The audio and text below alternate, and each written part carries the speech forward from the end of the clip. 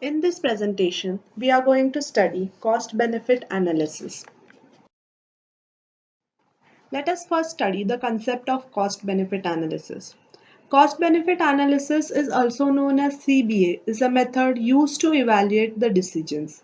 CBA tool sums the benefits of circumstances and then subtract the costs associated with taking that circumstances.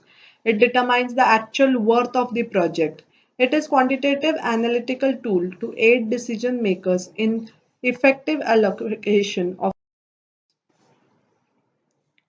The particular diagram shows that the benefits should always be greater than the cost in any project that is taken under consideration. Need for cost-benefit analysis.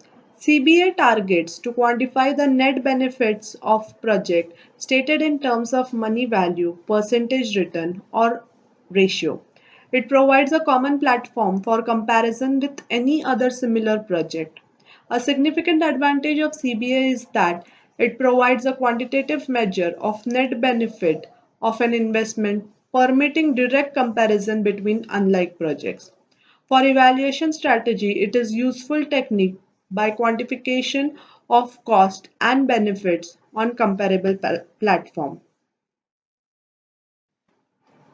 Following flowchart shows the process of cost-benefit analysis, which is divided into 8 particular steps. Step 1. Determination of scope and objective. The objective should be defined initially in terms of market requirements and government in intervention. Second step is assess the constraint. The next step is to identify the constraints meeting the objectives to ensure all the alternatives are examined in analysis are feasible. The constraints may be financial, distributional, institutional, managerial, environmental, political in nature, etc. The third step is to consider the alternatives. A CBA involves the identification and specification of set of alternatives. While it is important to provide decision makers a range of options, the process developing and analyzing these can be expensive and time consuming.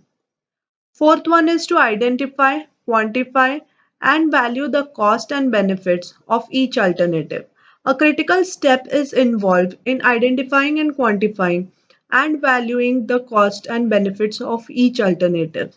These benefits and cost will depend on the project. The next step is to calculate the net present value. In CBA, the net social benefit NSB or excess of total benefits over the total cost is represented by net present value NPV of the proposal. Sixth step is the sensitivity analysis and dealing with the uncertainty. The values of the future cost and the benefits on which the NPV is based are forecast and that cannot be known with uncertainty. While they should be forecasted, it is important to test NPV for optimistic and pessimistic scenarios. This is achieved by changing the values of key variables in analysis such as discount rate, cost and benefit and measuring the impact in changes on NPV. This is known as sensitivity analysis and is critical component of any CBA. The seventh step is equity and distributional implication. Cost-benefit analysts should provide project manager and policymakers with an indication of income distributional effects of the proposal. This may be useful where distributional impacts rather than economic efficiency or objectives. And the last one is NPV, BCR and IRR. That is, first the NPV is calculated to determine the feasibility of project, whether to accept the project or reject the project.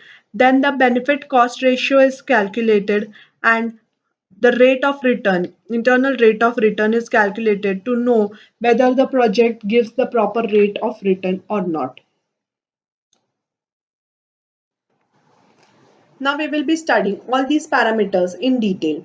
First one is the net present value. All the cash inflows and outflows are discounted at minimum acceptable rate of return. If the present value of cash inflow is greater than the present cash outflow value, then the project is acceptable. In short, in simple words, NPV greater than 0, accept the project. If NPV is less than 0, reject the project. The following two images shows the formula for calculation of NPV. First one is NPV summation of T running from 1 to n, which is equal to bt upon 1 plus r raised to t minus initial investment, where bt is benefit at time t, h is the life of the project, r is the discount rate, and uh, t is in years. Also, further we calculate the BCR, that is the benefit cost ratio in NPV, that is cash inflow upon 1 plus R raised to T, where R is the rate of return, T is in years, and upon initial investments. Advantages of NPV. NPV recognizes the time value of money, hence making it more reliable technique. NPV can be used to select mutually exclusive projects. By alternating denominator, changing the discount rate can be built into NPV. Throughout the life of the project, all the cash flows are considered. Disadvantages of NPV. Using payback method, it is difficult to calculate as well as to understand and compare the project. NPV does not give satisfactory results. The calculations of discount rate is difficult. Internal rate of return. Internal rate of return, also known as IRR, is interest rate that discounts an investment cash flow to the present, that is NPV is 0. It sets its NPV to 0. The discount rate at which NPV is 0 is called as internal rate of return. The formula is given by summation of BT 1 plus R raised to T minus initial investments. That is, BT is periodic rate of return or cash inflow. R is the rate of interest. Advantages of IRR. Internal rate of return considers time value of money, much easier to understand. Based on comparison of IRR with the compared rate of return, it is consistent with the overall objective of selecting the project with maximum yield. Disadvantages of internal rate of return. It comprises tiresome calculation as it produces several rates which are confusing. In calculating equally exclusive proposals, the project with the highest internal rate of return would be selected, though there is no assurance that it is the most profitable and consistent with the objective of the firm.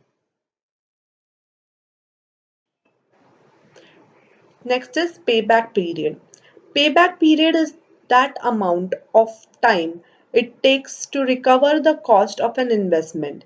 In simple words, the payback period is the length of time an investment reaches a break-even point.